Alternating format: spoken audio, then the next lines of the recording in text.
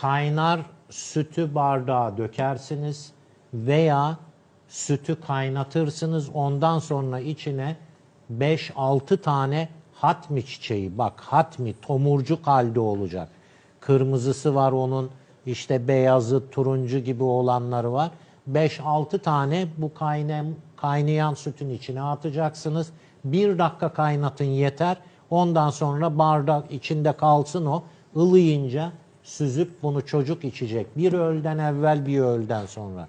Kurban olduğum Allah. Bak o öksürük nasıl geçiyor.